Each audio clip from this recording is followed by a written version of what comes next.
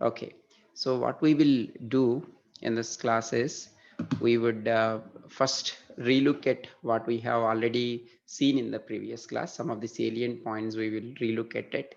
And in addition to that, we'll also go in more detail into some aspects of what we have already discussed. And followed by that, we will be also looking at, we mainly focused in the previous class at the microscopic level phenomena. Of course, we had a whole general idea has been given there, but more focus we have put on the microscopic level phenomena. So in this class, we would also look at things at macroscopic level. So that's the idea for this class. I'll share my notes and I'll go in that flow of points.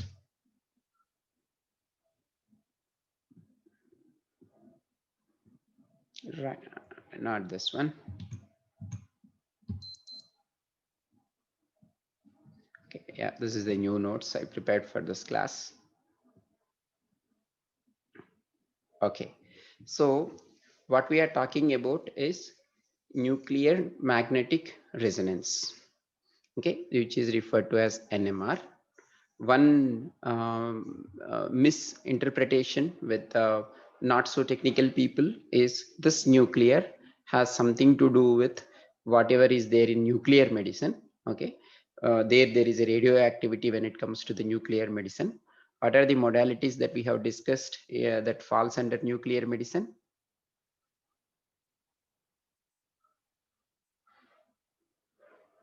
Did we discuss any modalities that fall under nuclear medicine? PET scan. Right, PET scan and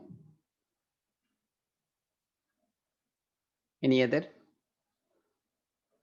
In fact, X-rays and CT also could fall under nuclear medicine. Okay, where there is a nuclear radiation. So there is a radioactivity phenomena going on. As you could see in the electromagnetic spectrum, that's on the other end of it. So first to be clear, in the nuclear magnetic resonance imaging, whatever we are saying in nuclear is concerned with the nuclei of atoms. That's what the focus of it. That's the first point. Then we started in the previous class discussing about the properties of atoms that have odd number of protons in its nucleus. So there is at least one single fellow there who is free to do whatever he wants to. He's not coupled it to any of the other proton. So it has in anyway the protons have a charge is there, a mass is there. Another fundamental property of this proton is it spins, right? And the angular momentum of this spin is a well-known concept in quantum physics, where you give that, let's call that angular momentum by s bar, then it will be equal to h hash into I bar, where h hash is nothing but h by 2 pi, h being the Planck's constant. Notice this angular momentum is in, you could think of it as in a three-dimensional space, which you could represent as a vector of, let's say, angular momentum in x, y, and z respectively. Similarly, this quantum number is also a vector, okay, I bar. And if you consider a hydrogen atom, for instance, for example, and also other atoms that we have discussed, carbon, fluorine, sodium, and phosphorus, all of them have uh, a value of plus or minus 1 by 2 in the z direction. Okay, that again, it has similar values in x and y as well. So that's basically your spin quantum number. So just an illustration here, you have an atom that is now, it's a charged charged proton or charged nucleus. This is spinning. Okay, when this is spinning charged atom, what would happen then? What is the result of it? When a charged particle, a rotating a particle which is charged is rotating, so what would that generate now? From your Maxwell's equations, what is it going to generate? Magnetic field. Right, a magnetic field. So it acts like a small tiny magnet, having, depending on its rotation, it has its north pole and south pole, and it keeps rotating. If you take either a sample, or if you take a voxel volume of an size or something like that, there are millions and millions of atoms in it. Okay, all these are now, they will rotate in their own direction. So for each one, it has its own north and south. Okay, all of them overall, we know from the probability theory, there is no control here, there is only chaos. So the net magnetic field is zero. In other words, what I could say here is, at microscopic level, at atomic level, there is magnetism. But when you see at macroscopic level, its magnetic field is essentially zero. That's what it is going to happen here. And suppose, let me first then what we did is, what is the magnetic field strength of this of this proton? That's what we computed here. How do you know that? If you know at what rate it is rotating, then the magnetic dipole moment for that single proton, in this case, if you consider the hydrogen, is gamma times s bar, where this gamma gives you the gyromagnetic ratio. That's the that is again the property of a given atom. That's the gyromagnetic ratio times this angular momentum. Basically, the faster it rotates, higher the magnetic field generated. And in addition to that angular momentum, this value of magnetic dipole moment that got generated also depends on the nature of the atom. So that property of atom is in a way embedded in this gamma, right? So then you write it in terms of angular momentum, this one. To give you an idea, I am just putting the same table in a different perspective, which should be telling you what is the gyromagnetic ratio for different atoms. There earlier I kept this table while talking about the Larmor frequencies. Their Larmor frequency being gamma by 2 pi into B naught, the applied magnetic field. Okay, we have taken certain value of B naught equal to 1 and we kept these values. Suppose you forget about B naught, then it is equivalent to gamma by 2 pi. And you could also work out what would be the units of it. It turns out to be megahertz per Tesla, heads per Tesla, but we wrote it that. So anyway, you ignore this normalization factor for a moment, but just look at the kind of values for different atoms. These are essentially the atoms which we find in our body, right? And we are interested in those things. Say, for example, this would be for hydrogen, this gamma would be around 42.5, 42.6 megahertz per Tesla. And then carbon 10. So out of them, you could see among all hydrogen, carbon, fluorine, sodium, and phosphorus, you have hydrogen has a very high value of gyromagnetic ratio. Okay. Another point we already discussed is, in our body, water is there almost 70%. Water has hydrogen, H2O basically. So in that molecules of water, you have hydrogen atoms. So that is in abundance in our body. And that's what we are using as our source for getting that is something which we are behaving like a magnet and getting responses from them under a controlled environment. And that's how we are getting the imaging of a given object. And just to add that, it's not just the water, it's the fat that is there in our body also has this hydrogen atoms. That's the additional point I wanted to add here. Okay. Now, after that, what we discussed, as we were just shortly seeing, all of these atoms have these are spinning in their own orientations. So now, if you want to see the whole magnetic moment, if you add this being a vector quantity, this mu bar magnetic moment is a vector quantity. If you keep add everything either in a given sample, in case of where you are studying the chemical decomposition of or chemical composition of a given molecule or a sample, chemical sample, or in a voxel space, whatever you have there within that, all of them would eventually, the sum would be zero. Now, how to get some macroscopic level magnetism out of it? So the idea is, you apply a very strong magnetic field, and that magnetic field would polarize these atoms of hydrogen atoms, and are, in other words, these magnetic dipoles, and would give you the magnetic field. Okay. And this property of spin system is nuclear. So whatever you are getting now by applying a external magnetic field is also referred to as nuclear magnetism. Okay, now if we considering now a special case where assume that your sample is in the xy plane, you are applying to that a magnet, yeah, in whatever it is. Now you assume that you are applying a magnet. Okay, ignore that statement. Assume that you are applying your magnetic field in the z direction. Okay, our intuition tells that there is a force here, everything should go into that direction. Okay, but quantum physics predicts it otherwise, and which is in fact true, is that it's not just one state. This could spin in only two quantum states. It cannot spin randomly, or it cannot spin just in the direction of b naught, but it spins in parallel and in somewhat and in anti-parallel states to the applied field. Okay, one thing I have not made explicitly clear in the previous class, just to keep it general, is that this in fact doesn't just come in this direction. If my z is this way, this atom doesn't just come in this way, but it rotates around its axis. This is what.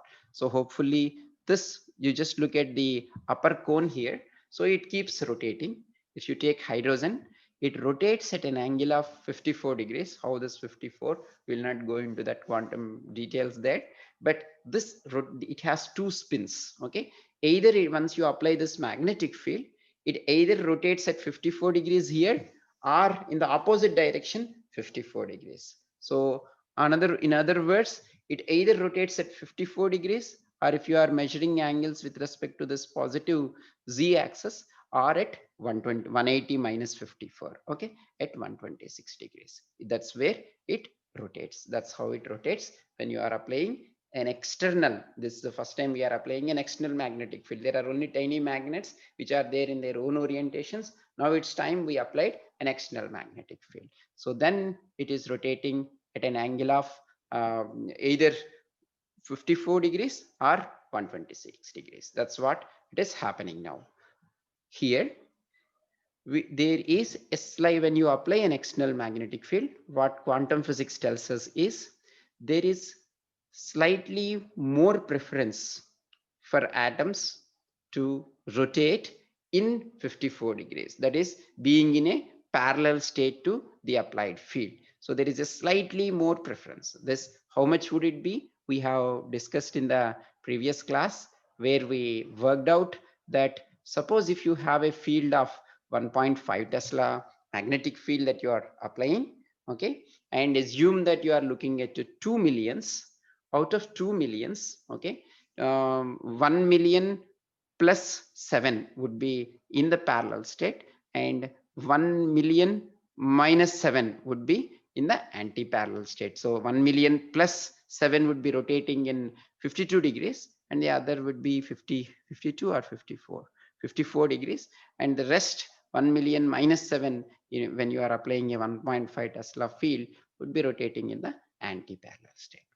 So now, however, you could see now there is indeed at least a weak magnetic field, and added to that, you have millions and millions of hydrogen atoms in abundance for even if you take an space. So that is good enough in a way to generate the some magnetic field. Okay, that's what you could observe now. Overall, a magnetic field is something you could observe here. Okay, and then in terms of quantum physics, if you look at it, so you could see now we are making slight gradually a transition from an atomic level, from a microscopic level to a macroscopic level. In other words, from an atomic level to an oak cell level, or a sample unit sample level. So this is what it would rotate, and then if you took put together effect of all together, then there is also a macroscopic magnetism. How do you get that now? So this is a bulk magnetization vector m bar. As we discussed, there is a little slightly more bias towards the parallel state, which is also a low energy state. That working we have done in the previous class. And how do you get that m bar? That is equal to, you have, let's say, total number of atoms, hydrogen atoms you have in a given sample, or you could consider it as in a voxel space that you are currently looking at. Okay. Or you have tuned to is ns, total number of samples hydrogens you have, you sum all of them together. Okay. So then what it tells you, what can you know about what would happen this magnetic field is, if the sample is left undisturbed in the static field b naught for a long period of time. Okay. Right now, long period, you just keep that word in your mind. What exactly this is, what is a long period, what is a short period, how is it going to vary, that we will see in the upcoming classes. Then m bar will reach an equilibrium value of m naught that is parallel with the direction of b naught. So what we are talking about here is, everything is in a random state now. You applied b naught. When you apply b naught, it's not like in t equal to 0 plus instance itself everything would come into either parallel and anti-parallel state. It takes a while. This is also a very important information that is explicitly exploited while applying this magnetic fields and even perturbations to this magnetic field. So just keep in mind about this for a long period. So once you apply it, you wait for a sufficiently enough time, and that is when you see an m bar here, okay, which we are referring to after a sufficiently long time. Whatever you are getting is a stabilized version, you will get maybe thermal equilibrium, you may call it. Okay, that time whatever magnetic field is there, we are only right now talking about that value m naught. Okay, again we will not go into the derivation of this because it would require us going through a lot of physics. Okay, so that's we would like to deliberately avoid. We will just see what does the interpretation of this equation, that's what we would focus here. So look at here now, what we are, the first, the statement we are making is, you have a sample, you are applying a magnetic field in one direction, that's in the z direction. Okay, you kept the sample, you applied a magnetic field there. Then whichever earlier the overall magnetic field, if you call it as m bar, is 0. Now if you wait for sufficiently enough time, this m bar will be in the direction of b naught. Okay, applied magnetic field b naught. And the stabilized version or the steady state version, okay, if you look at in terms of the transient currents and steady state currents or voltages, in the similar terminology you use here, the steady state magnetic field that you observe for an applied b naught, okay, is given by this one, where 1 by 4 times k into t multiplied with the b naught gamma square h slash square and pd. So here k is the Boltzmann constant. Okay, it's a constant, so no worry about that. T, capital T, is a temperature from absolute zero. So from zero absolute, I think that means Kelvin, I guess. You need to refer that. I don't exactly remember.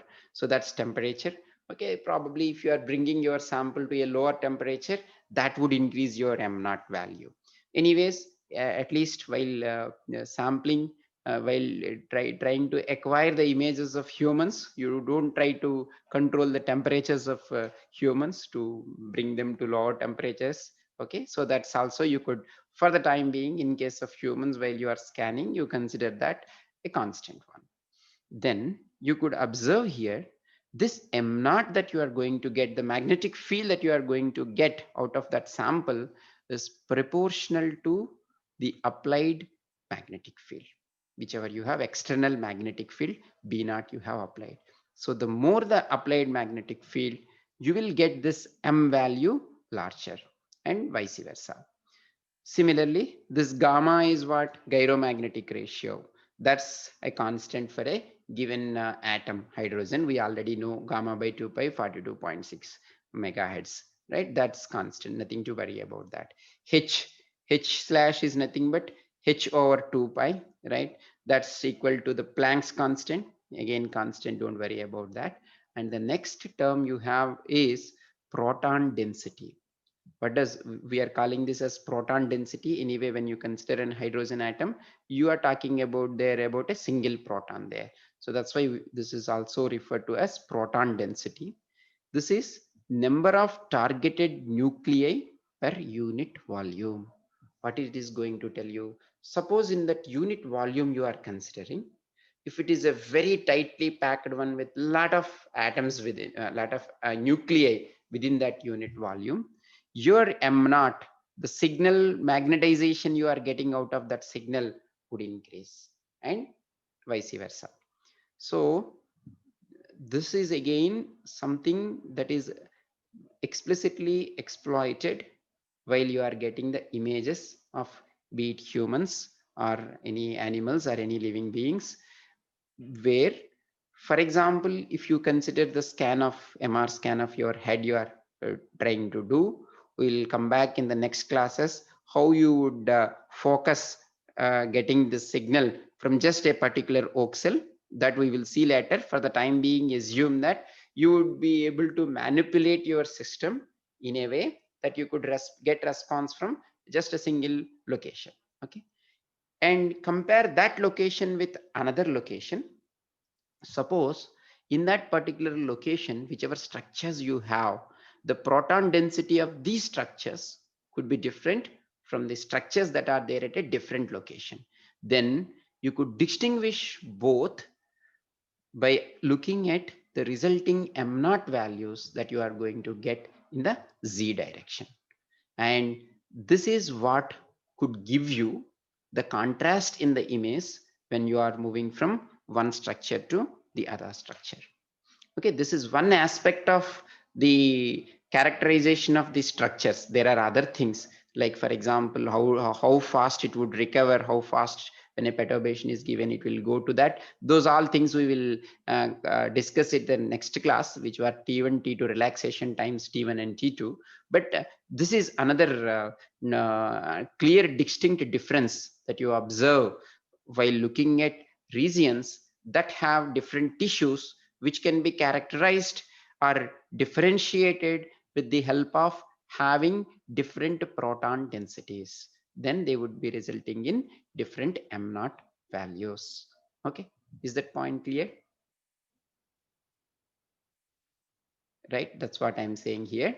So you could see both the larger values of b naught and larger values of pd proton densities, you get higher signal of m naught.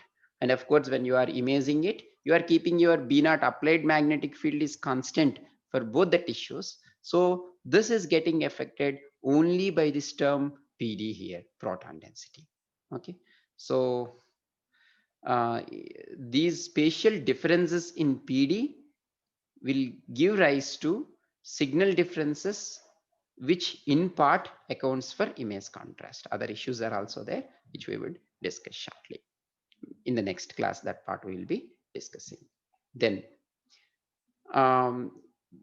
as I mentioned here, we are talking about after a long period, sufficiently long period of time, your m naught, which is initially 0, when you are applying b naught, will come to in the direction of b naught, resulting in a value of, let's say, m naught. But thus that should already tell you that this is something dependent on time. It's like in your circuits analysis, you should say your voltage and currents in a circuit where you are having an AC source and have elements like inductor and capacitor. You should be, it's very clear that the currents and voltages are dependent on time.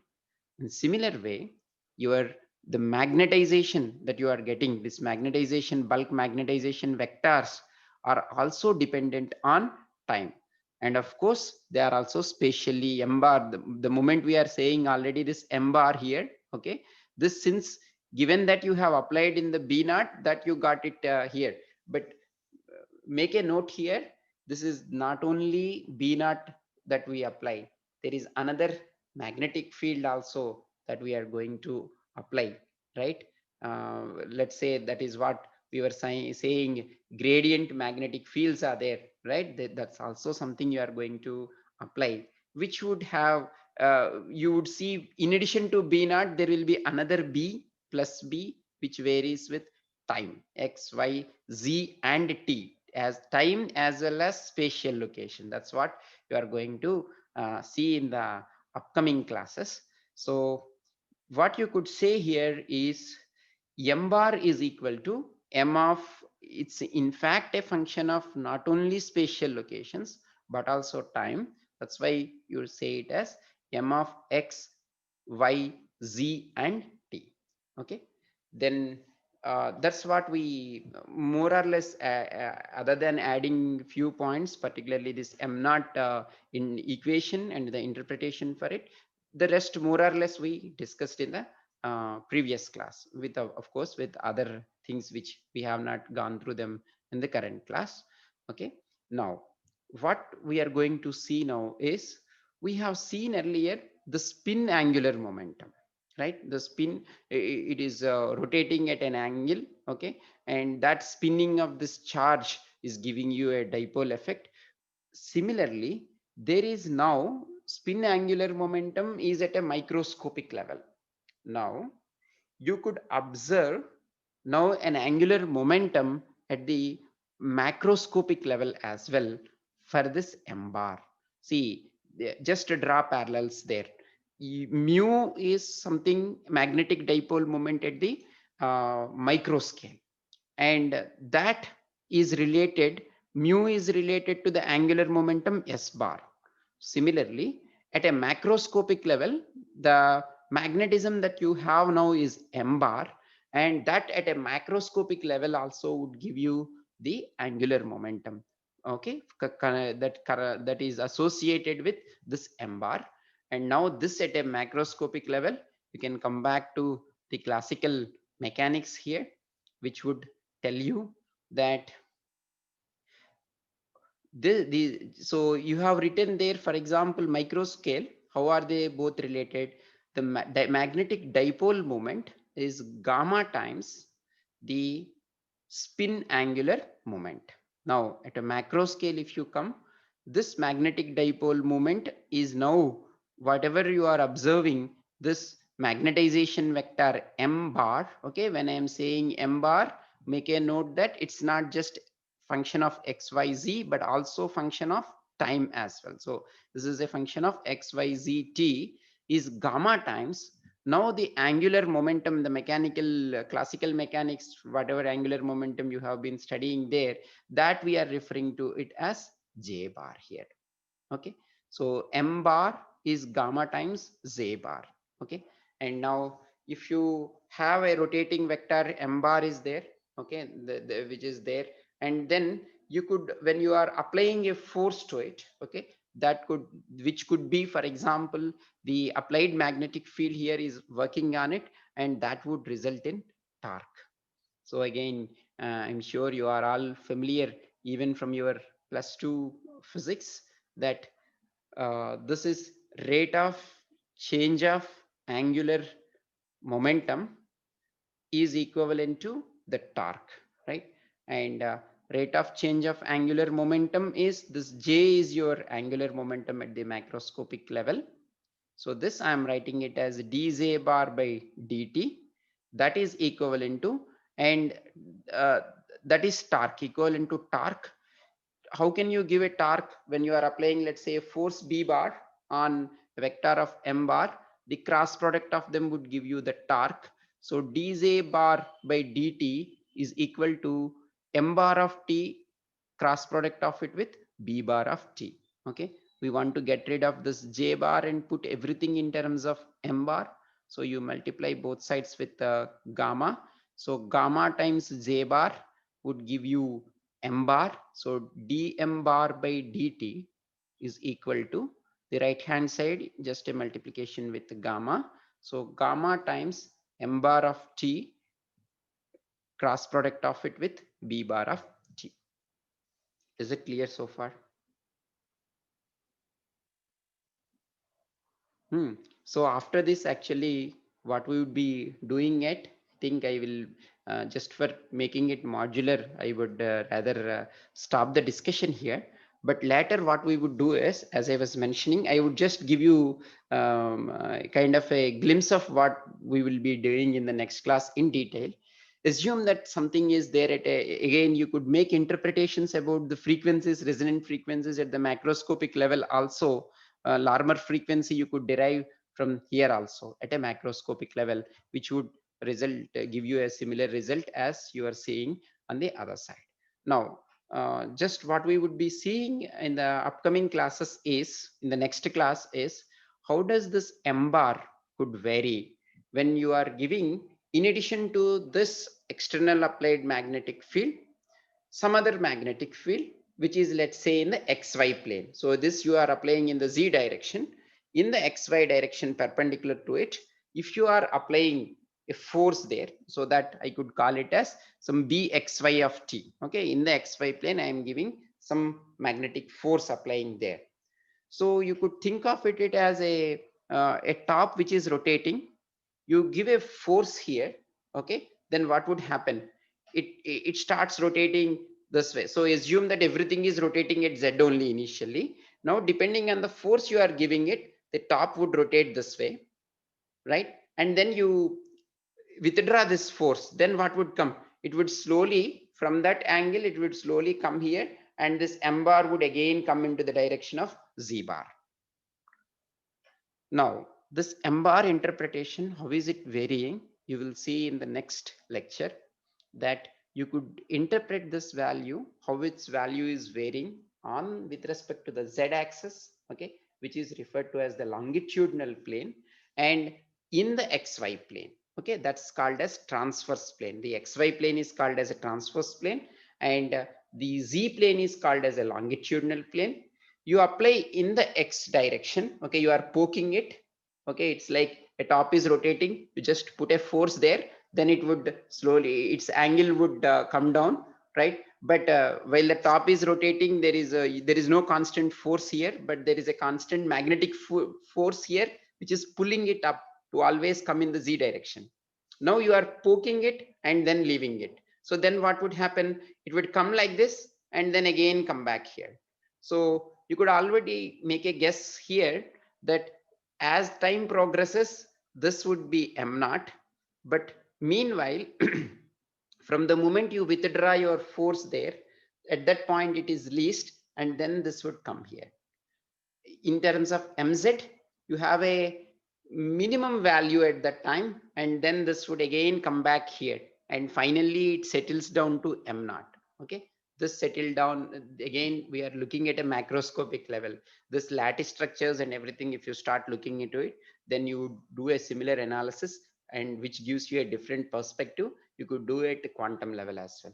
And now if you look at what happens to the magnetic field in the xy direction, this field is maximum when you just stopped poking it. You poked it to the extent, to the maximum extent, you poked it for some time, you left it. So from there it will, because there is a pulling force in the z direction, this would eventually come to the z direction, and in the xy plane its component would be equal to 0.